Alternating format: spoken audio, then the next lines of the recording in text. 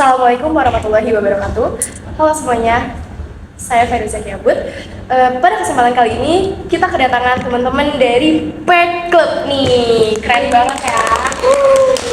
Oke, sebelumnya mungkin kenalin diri dulu ya. Siapa nih? Dari kamu deh. Oke, halo semuanya, aku Anita Dewi Astriani. Halo semuanya, aku Melati Suci Amelia. Halo semuanya, aku Naya Rabani. Halo semuanya, nama aku Desya Korinung Hakim. Halo semuanya, aku Aisyah Zahratu Sita. Oke, kan tadi nama grup kalian ini Pack Club ya. Aku pengen tahu Pack Club itu kenapa dinamakan Pack Club? Apakah ada arti tersendiri atau gimana? Karena kita lagi suka-sukanya sama Powerpuff Girls. Sama kita punya kekuatan seperti punya kekuatan Powerpuff Girls. Iya. Keren banget ya, inspirasinya. Keren sih.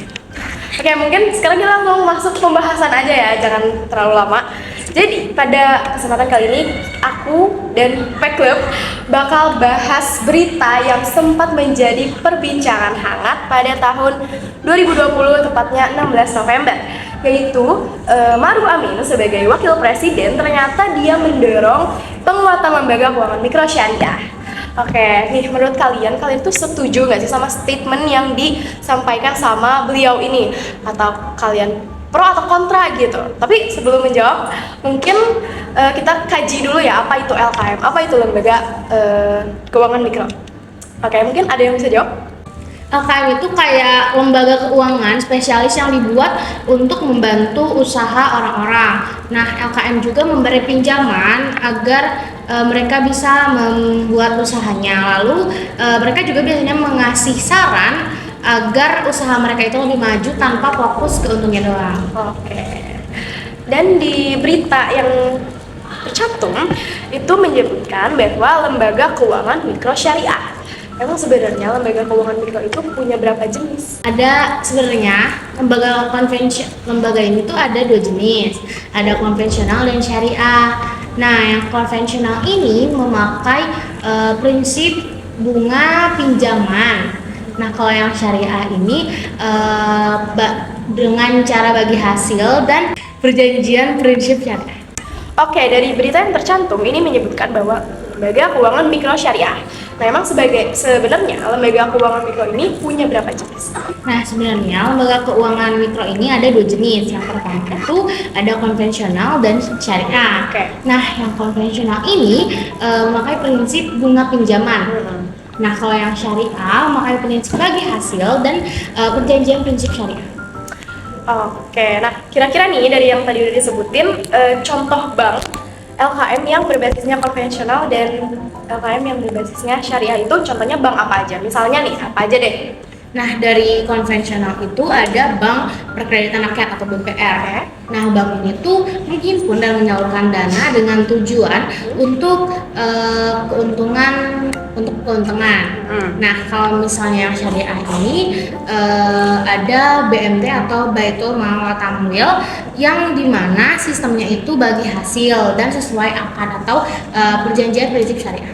Oke, nah kalau misalkan ditanya nih, kamu lebih memilih LKM berbasis konvensional atau syariah? Saya lebih memilih syariah karena tidak memakai sistem bunga pinjam. Oke, jadi emang ya kalau yang LKM berbasis konvensional itu dia pakai bunga ya, dan kalau yang syariah itu pakainya sistem bagi hasil. Dan kalau dari LKM berbasis konvensional itu bahkan biaya administrasinya itu bisa rendah atau bahkan gratis kan. Kalau dari yang BMT atau Baitul Mal wa Tamwil itu contohnya misalnya kayak dari pedagang kecil mungkin ya jadi pedagang yang besar, jadi memiliki toko-toko gitu. Oke. Mungkin sekarang aku mau tahu produk-produk apa aja yang ditawarin dari BPR sama BMT yang tadi Melati sebutin, apa aja? Dari BPR sendiri menawarkan 3 produk. Yang pertama tabungan. BPR biasanya menawarkan akun tabungan seperti tabungan biasa, tabungan pendidikan, dan tabungan khusus lainnya. Yang kedua deposito. BPR menawarkan opsi deposito dengan berbagai jangka waktu dan tingkat bunga yang berbeda. Ketiga, kartu kredit. Beberapa BPR menawarkan kartu kredit dengan berbagai fitur dan manfaat seperti cashback atau reward point. Oke, nah kalau misalkan produk yang ditawarin dari BMT yang berbasis syariah apa aja? Oke, kalau dari BMT menawarkan 2 produk. Yang pertama, menghimpun dana melalui zakat, infak, sedekah, serta simpanan tabungan untuk anggota BMT seperti tabungan haji atau tabungan simpanan biasa yang digunakan untuk mobilitas kegiatan BMT dan kemaslahatan umat. Yang kedua, penyaluran dana yang berupa penyaluran zakat kepada mustahik atau pembiayaan usaha UMKM serta kredit mikro untuk membantu keuangan masyarakat kecil. Oke. Jadi kalau misalkan produk yang ditawarkan BPR itu mungkin memang skalanya kecil, tapi hasilnya tuh gak main-main banget ya, besar sekali. Dan kalau untuk produk yang ditawarkan BMT juga itu setahu saya ada bantuan untuk masyarakat yang memang ekonomi menengah ke bawah. Jadi bantuannya itu berupa makanan pokok kayak beras dan lain sebagainya untuk fakir miskin. Oke, mungkin setelah kita membahas jenis LKM, bank yang dari LKM, dan juga kita membahas produk-produknya, sekarang aku pengen tahu manfaat dari bank konvensional dan bank syariah dulu deh. Oke, untuk manfaat bank konvensional dan syariah, yang pertama yaitu meningkatkan pemberdayaan ekonomi, yaitu dengan memberikan pembiayaan kepada pembisnis lokal atau individu di daerah. Maka dari itu bank konvensional dan bank syariah ini dapat menciptakan lapangan kerja yang baru. Oke, yang ngerti. Ya, dan serta dapat meningkatkan pendapatan masyarakat dari daerah itu sendiri. Yang kedua yaitu meningkatkan pemberdayaan masyarakat, yaitu dengan membantu mendorong inovasi, kualitas, dan kreativitas masyarakat dari UMKM itu. Oh, jadi kayak produk yang mereka buat itu sangat membantu untuk memperbaikan ekonomi masyarakat menengah ke bawah ya. Nah, sekarang manfaat dari bank yang berbasis konvensional dan bank yang berbasis syariah yang udah disebutin sama Melati tadi, yaitu BPR dan BMT ya. Itu apa manfaatnya? Untuk manfaat yang BPR dulu, yaitu dia itu untuk menyimpan uang di BPR, bunganya itu besar, tapi feedback yang didapatnya itu juga lebih besar daripada bank-bank pada umumnya. Worth it ya? Ya, sehingga banyak nih masyarakat yang tertarik untuk menyimpan uang di bank itu. Iya. Terus yang kedua, sebagai lembaga penyalur pinjaman atau kredit untuk sektor usaha real UMKM. Okay. Itu yang untuk BPR.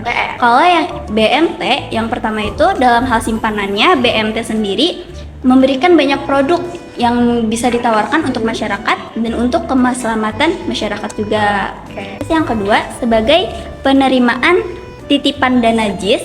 JIS itu zakat, infak, dan sedekah. Singkatan ya? Ya, JIS itu singkatan. Untuk mengoptimalkan distribusi dengan menggunakan santunan yang akan dikirimkan kepada pihak yang berhak untuk menerima santunan tersebut, seperti para asnaf. Gitu.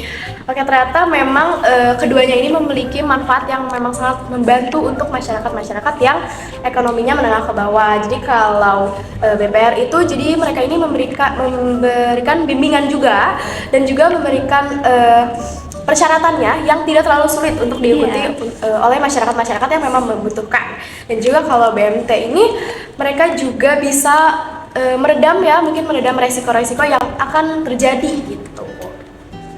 Oke, setelah kita membahas manfaat dari BMT, BPR, dan juga bank konvensional dan bank syariah, mungkin sekarang kita bandingkan kali ya, apa sih perbandingan dari LKM dan juga Koperasi Simpan Pinjam.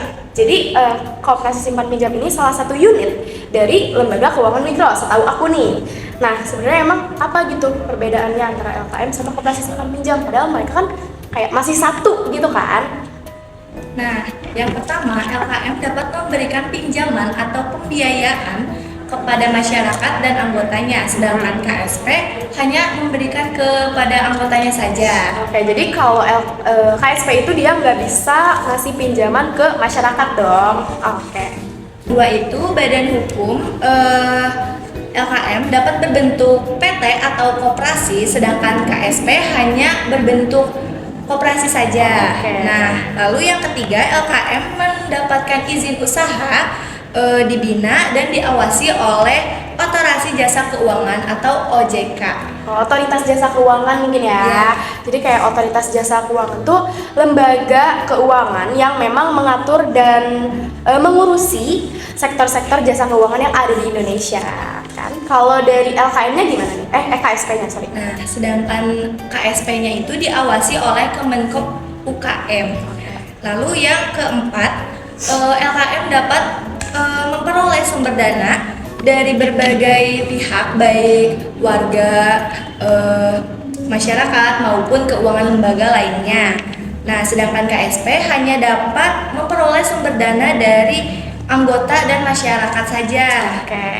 Lalu yang kelima, LKM dilarang dimiliki oleh warga asing atau badan usaha milik asing. Sedangkan KSP dilarang berinvestasi di sektor real dan juga dilarang memberikan layanan kepada non-anggota. Oke, jadi sektor real itu mungkin kayak penanaman modal yang asetnya nyata ya. Jadi kita bisa melihat jumlah dan bentuknya secara langsung gitu, seperti investasi emas kan ya. Oke, terus ada lagi perbedaannya? Ada yang terakhir itu LKM hanya dapat dimiliki oleh WNI, pemerintahan daerah, koperasi, PT, sedangkan KSP hanya dapat dimiliki oleh perorangan dan badan hukum Koperasinya saja ya. Oke. Nah, dilihat dari perbandingan keduanya itu mungkin pasti antara keduanya ini memiliki yang paling unggul gitu ya, yang paling menguntungkan. Nah, menurut kalian yang paling menguntungkan itu apa? Setelah dilihat perbedaannya, bisa disimpulkan kalau LKM punya cakupan yang lebih luas dan fleksibel daripada KSP. Oke. Baik dalam hal badan hukum, sumber dana, dananya, ya. maupun penerima pinjaman atau Oke, yang tadi disebutkan oleh Anita ya. Oke, menurut saya pun seperti itu. Mungkin yang lebih menguntungkan adalah LKM ya, karena lebih fleksibel. Kalau KSP itu dia terikat sistemnya kan, kayak dari izin usaha, pembinaan, sumber dana, larangan, dan pengawasannya. Oke, mungkin sekarang kita akan lanjut ke apa peran dan kontribusi LKM untuk mengurangi angka kemiskinan yang lumayan tinggi di suatu daerah gitu. mereka bisa ngasih akses keuangan ke masyarakat yang tidak dilayani oleh bank konvensional, memberi pelatihan dan bimbingan usaha kepada para pelaku usaha mikro, lalu meningkatkan inklusi keuangan di kalangan masyarakat. Ini bisa membantu memperkuat ekonomi lokal dan meningkatkan kesejahteraan secara keseluruhan. Oke, ternyata peran dan kontribusi LKM ini sangat-sangat bermanfaat ya untuk memang masyarakat yang membutuhkannya gitu. So, dia juga bisa mengendalikan peredaran uang, jadi nggak nimbulin masalah yang mengganggu masyarakat lainnya gitu. Oke, mungkin sekarang kita di pertanyaan terakhir kali ya untuk menutup perbincangan hangat ini juga. Jadi aku mau nanya sekarang ke Anita nih. Saran untuk kedua LKM yang dari tadi udah kita bahas, apa aja sarannya? Nah, untuk kedua LKM tersebut disarankan memberikan produk yang lebih bervariatif lagi sehingga masyarakat semakin tertarik dengan simpan pinjam di LKM tersebut. Nah, dan dapat membantu masyarakat dalam pengembangan usahanya, juga berkontribusi dalam mengembangkan negara, serta tidak memberatkan masyarakat dalam melakukan transaksinya. Iya, benar-benar. Oke, saya juga setuju ya dengan saran yang diberikan oleh Anita tadi. Mungkin dia juga bisa meningkatkan program kerja yang memang belum terlaksana atau kurang maksimal, dan juga bisa meningkatkan penduduknya lagi agar sesuai dengan minat masyarakat ya. Oke, mungkin semuanya cukup sekian perbincangan yang dapat kita bahas ya. Semoga semua informasinya ini sangat membantu untuk kalian semua, menjadi ilmu tambahan untuk kalian semua. Dan juga tepuk tangan dulu untuk Pack Club. Mereka sangat informatif sekali ya. Tidak disangka-sangka ternyata kalian sangat informatif sekali, anaknya sangat keren dan juga cakep-cakep banget. Oke, mungkin Bisa aja MC-nya. cukup sekian. Terima kasih ya semuanya. Selamat sore. Saya Fadis Zaki Abud pamit undur diri. Dadah.